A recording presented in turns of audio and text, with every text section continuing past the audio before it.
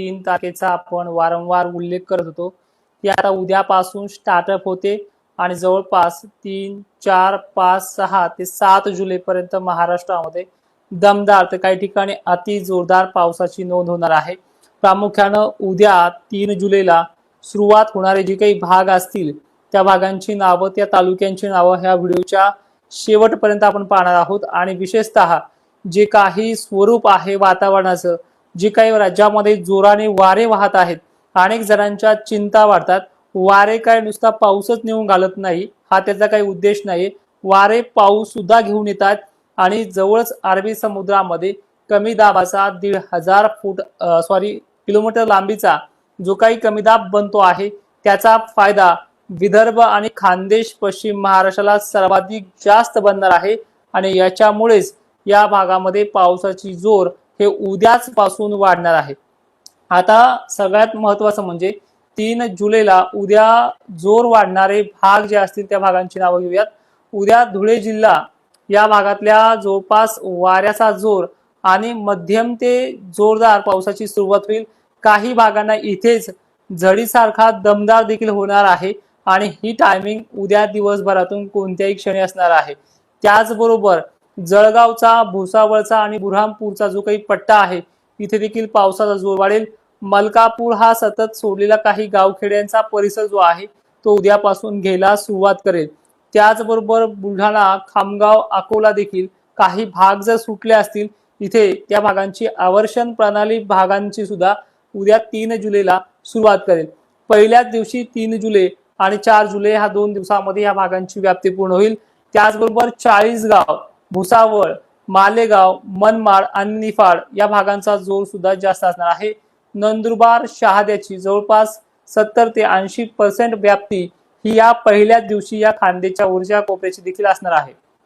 श्रीरामपूर, अहिल्यानगरचा परिसर, पैठण आणि गंगापूरला जे काही सातत्याने सोडलेले भाग होते, गंगापूरचा समावेश याच्यामध्ये काही प्रमाणात आहे, पण पैठणमध्ये असे काही गाव आहे डाकेफळ वगैरे सर्कल या भागात सुद्धा प्रामुख्याने हा पाऊस वाढणार आहे।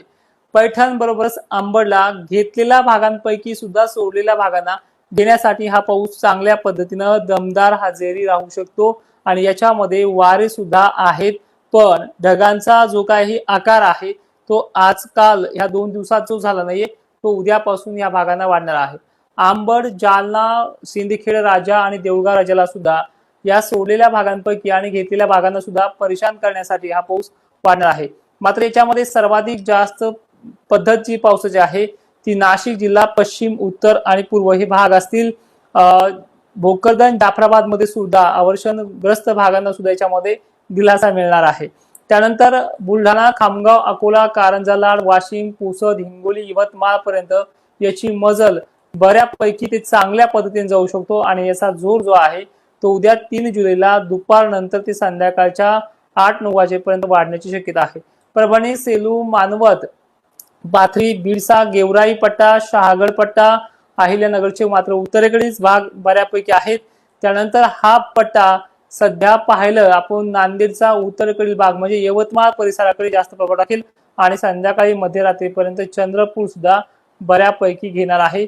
हा 3 जुलैचा जवळपास हा पाऊस आपण या पद्धतीने वर्तवण्यात केलेला आहे।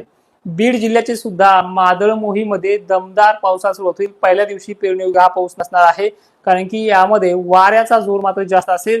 बीड, गेवराई खालचे जे काही परिसर आहेत म्हणजे माजलगाव पट्टे, वडवणी पट्टा, गंगाखेड, परळी पट्टा, नांदेड, वसमत हा 3 जुलैच्या रडारवरती मात्र मध्यरात्रीपर्यंत असणार आहे आणि अहिल्यानगरला सुद्धा दमदार पावसाला सुरुवात होईल। म्हणजे एकंदरीत पहिल्या 3 जुलैला खानदेश, विदर्भ आणि मराठवाडा अर्धा निम्मा, पश्चिम महाराष्ट्र अर्धा निम्मा अशा प्रकारचं स्वरूप हे 3 जुलैचं आहे। यामध्ये 4 जुलैला जवळपास मालेगाव, निफाड, धुळे, जळगाव हा जो की परिसर जो आहे तो भुसावळ हे देखील पट्टे ह्या 4 जुलैला जबरदस्त आपल्या प्रभावाने पावसाची बॅटिंग करणार आहेत। यामध्ये जवळपास सर्व तालुक्यामध्ये 4 जुलै म्हणजे शनिवारपर्यंत हा भाग येतील। म्हणजे उद्या 3 जुलै आणि 4 जुलै ही चांगल्या पद्धतीने इथे सुरुवात करेल। त्याचबरोबर जळगावच्या सर्व तालुक्यामध्ये, संभाजीनगरच्या सर्व तालुक्यामध्ये आणि बीडच्या एकंदरीत सर्व तालुक्यामध्ये शनिवारी 4 जुलैला हा पाऊस सर्वाधिक जास्त प्रमाणामध्ये असणार आहे आणि येणाऱ्या तारखेपर्यंत तुम्हाला 5 तारखेपर्यंत हे सगळं कंडिशन समजून जाईल। मराठवाडा आणि विदर्भाचा जवळपास पेरणी केलेला भाग सुद्धा आणि पेरणीचा राहिलेला भाग सुद्धा यामध्ये बरा असेल, पण एक विनंती आहे की पाऊस पडल्यानंतरच पेरणी करा, चांगली ओल होऊ द्या, कारण की वातावरण जे आहे ते पूर्ण वाऱ्याचं आहे, काही ठिकाणी जास्त तर काही ठिकाणी मध्यम, पण पेरणी योग्य पाऊस याच्यामध्ये होणार आहे।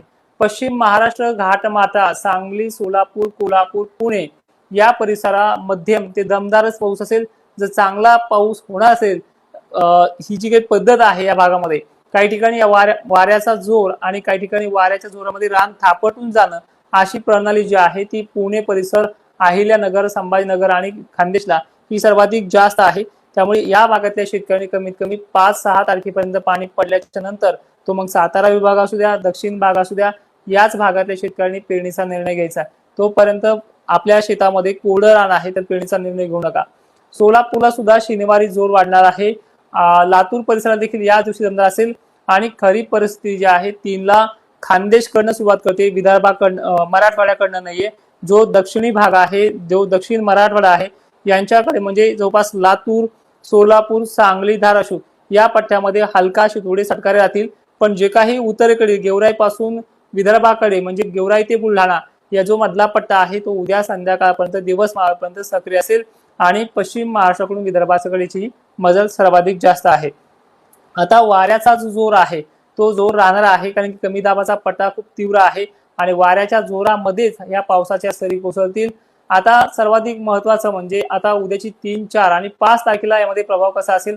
सर्वाधिक जास्त म्हणजे नाशिक जिल्ह्याच्या बाबतीत मी मागे सुद्धा एक पोस्ट दिली होती फेसबुकला, यामध्ये जायकवाडी धरणामध्ये काही प्रमाणामध्ये आवक राहू शकते, याची प्रचिती येणार आहे 5 तारखेला। नाशिकच्या इगतपुरी त्र्यंबकेश्वर परिसर निफाड येवला देवळा या परिसराबरोबर जवळपास संबंध महाराष्ट्रामध्ये या शनिवारी आणि रविवारी पाऊस हा होणार आहे आणि याच्यामध्ये पद्धत अनेक ठिकाणी पहिले 3 तारखेला आणि 4 तारखेला दक्षिण महाराष्ट्र मराठवाड्यात झडीसारखं बारीक असेल, पण 4 आणि 5 तारखेला आणि 6 तारखेपर्यंत हा महाराष्ट्र व्यापला जाईल। कुठल्याही पद्धतीचा हा पाऊस कमजोर नाही आणि विशेषतः खानदेशला भूतो न भविष्य धुळे असेल नंदुरबार असेल जळगाव असेल छत्रपती संभाजीनगरचा भाग असेल अहिल्यानगर उत्तरेकडील भाग असतील पश्चिम भाग असेल आणि बुलढाणा वगैरे भाग असेल या भागांना कुठल्याही पद्धतीचा पाणी कमी राहणार नाहीये आणि विशेषतः उद्या आपण मंठा तळणी मार्गे जवळपास लोणारकडनं अमरापूर मार्गे शेगावला जात आहे। उद्या सुद्धा 3 जुलैला आपण तिथे भेट देखील घेऊयात आणि याबद्दल देखील माहिती पूर्णपणे चांगल्या पद्धतीने सांगू। तर आता लक्षात घ्या, जवळपास उद्यापासून स्टार्टअप होतोय फक्त खानदेशकडनं आणि विदर्भाकडनं। मराठवाड्याच्या गेवराई पासून उत्तरेकडील भागांना हिंगोली परिसर हा देखील भाग उद्यापासून सुरुवात होते।